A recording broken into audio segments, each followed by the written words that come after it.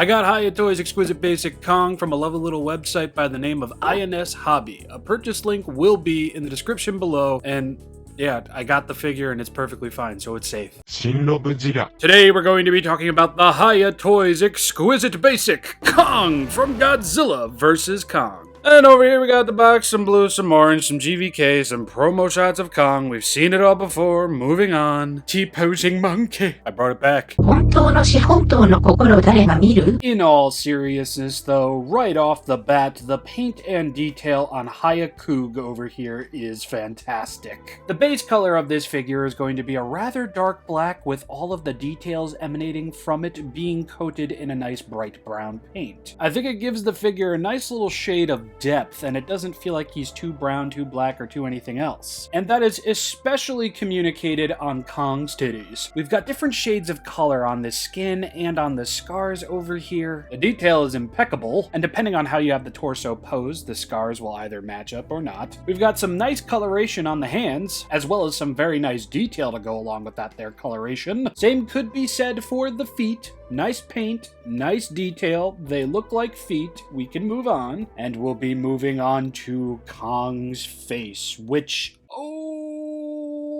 yeah, I'll say it. Kong's face is pretty much perfect. Now that's a personal take. I'm not saying that it's perfect in comparison to the CGI model used in the movie, but in terms of communicating emotion and seeing the eyes and just looking good, yeah, it's perfect. From his little monkey ears to the very strong monkey brow, to his adorable glassy little eyes, to the fur hanging off the side of his head. This is absolutely impressive. In every way, shape, form, and pose, Kong's got a good noggin. Kong's got a good everything. And he do got some lovely little bitch.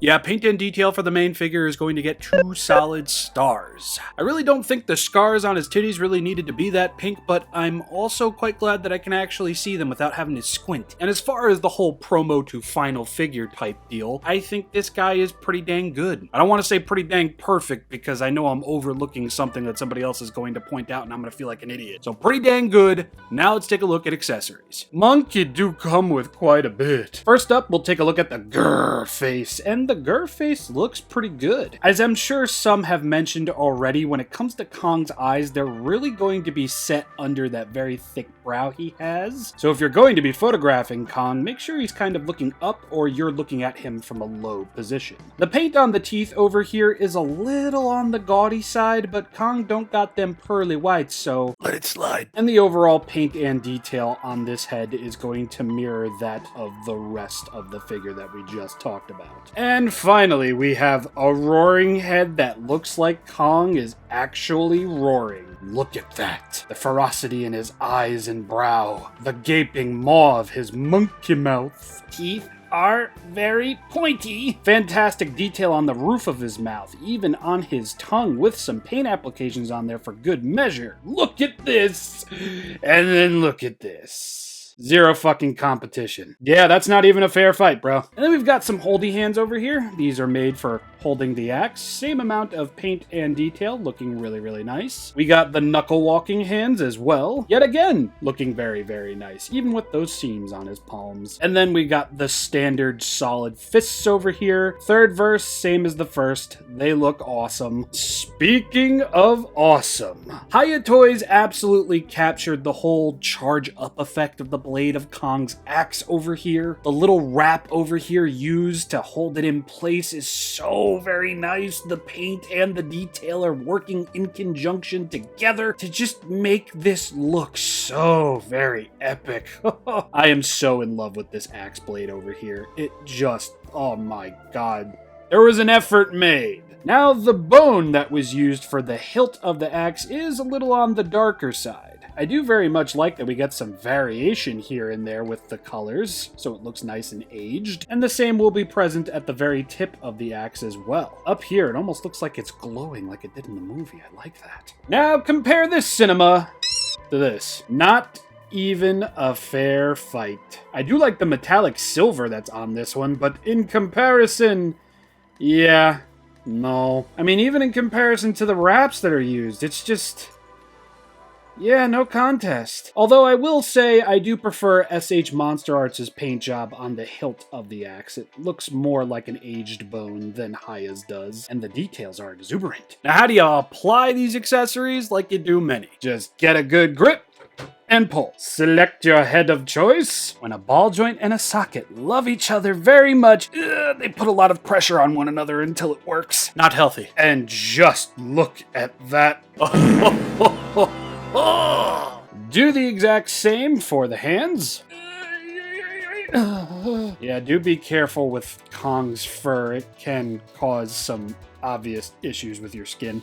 So Kong is poised to hold his axe. Now we just shove it in his hands. No, we don't. Another thing I prefer over SH Monster Arts as Kong is that this actually splits into two pieces. So you can slide in from the bottom, give it a good old ploink, and you get MONKE cinema. I'm gonna give accessories a solid star. 3 heads, 4 pairs of hands, and an axe. That's pretty good for $50 before shipping. And now it is time for articulation. The head can look up about that far and then back down about that far. Since it is on a ball joint, you can move Kong's head from left to right and probably all the way around, but I'm not going to push it. Now Kong's a lot like that kid from A Christmas Story. His arms don't go all the way down. They can't like rest at his sides, as this is how down they can go, which really isn't a problem. I just wanted to state it. The arms can move up about this far and then back down that far, not too far. Obvious rotation at the shoulders. Can be a bit of a pain in the butt. Rotation at the bicep over here. Double bend at the elbow. Little on the stiff side, but a swivel at the forearm as well. And a swivel at the wrist. Can move up about that far and down about that far. Kong can rock from side to side at the torso. He can move back a smidge, nothing too crazy, and he can lean forward a lot more than he can move back. This is one of those moments where I'm kind of missing the multi-segmented torso of SH Monster Arts. Yeah, I said it. And obviously, he'll be able to do helicopter monkey and rotate all the way around. The legs can move out about that far, allowing Kong to do monkey splits. Kong can kick up about that far before things start rubbing together and I get nervous, and he can kick back decently enough. Oh boy, he running. We will get a swivel at the thigh over here, a double bend at the knee, a swivel at the shin over here, as well as a swivel at the ankle, and that'll lead to a decent pointing down and pointing up with a very minimal pivot. Pre-recorded, Rob, if you will. Posability-wise, much like Hiya Toys' Godzilla, it's not as articulated as an SH Monster Arts figure, but for me personally, I feel it looks the part. While the articulation present is very good and does offer up a wide range of movement, I do think in the most not nitpickiest way possible that more could have been done. In that same breath, I also think this is perfectly fine, yada yada yada. Arms, legs, torso, head, we're good. Honestly, if I had to change anything, I kind of just wish he had a little bit more movement in his torso so I can get some arcing back poses out of him. But as I said, for the most part, I mean, it's good. It's perfectly fine, yeah. 2 solid stars. There might be limitations here, but that will not stop it from still looking amazing and cool. And honestly, I'd rather have a little bit of posability limitations than having it look like this. Oh boy, Rob mentioned SH Monster Arts, y'all know what's coming up next. And here that comparison is, and I'm going to keep this very, very brief. Sham Monkey owns in terms of articulation and posability, while Hiya Monkey owns for pretty much everything else. Yeah, unfortunately, that's about as high as you're going to be able to get this guy's arms, and you can't get them any bit closer to actually have him do the two-handed axe-holding thing over his head.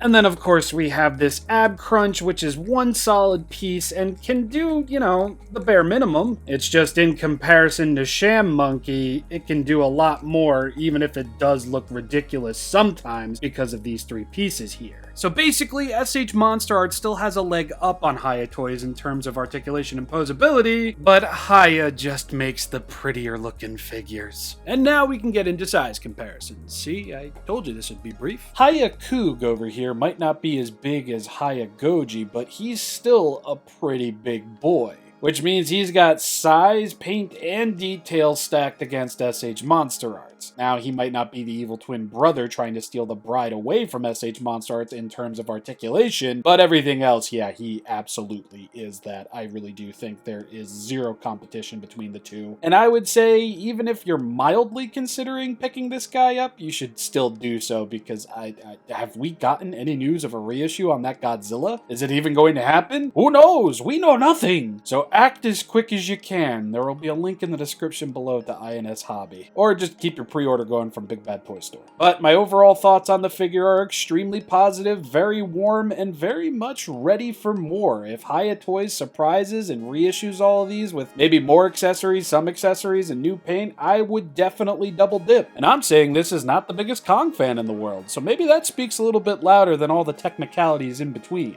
Hiya Toys has now released 2 of their Monsterverse figures, and in terms of paint and detail, they're still going pretty damn strong. But the next 2 figures that are scheduled to release, being Mothra and Rodan, are really going to put their quality control to the test. They're smaller figures, well, technically, I mean, Mothra is a smaller monster, and the paint and the little details, that's going to be interesting to see how they pull that off. I'm happy with this. I'm really, really happy with this, and I can guarantee you I'm probably going to be messing around with this Kong a hell of a lot more than SH Monster Arts Kong. But anywhooser, I have been ShinRobjira. I do so hope you enjoyed this review. If you did, check out my social media, including my Patreon, where $1 a month will net you all my bonus features. I'm like an early 2000s DVD menu. And when next we meet, finally, I will be talking about my top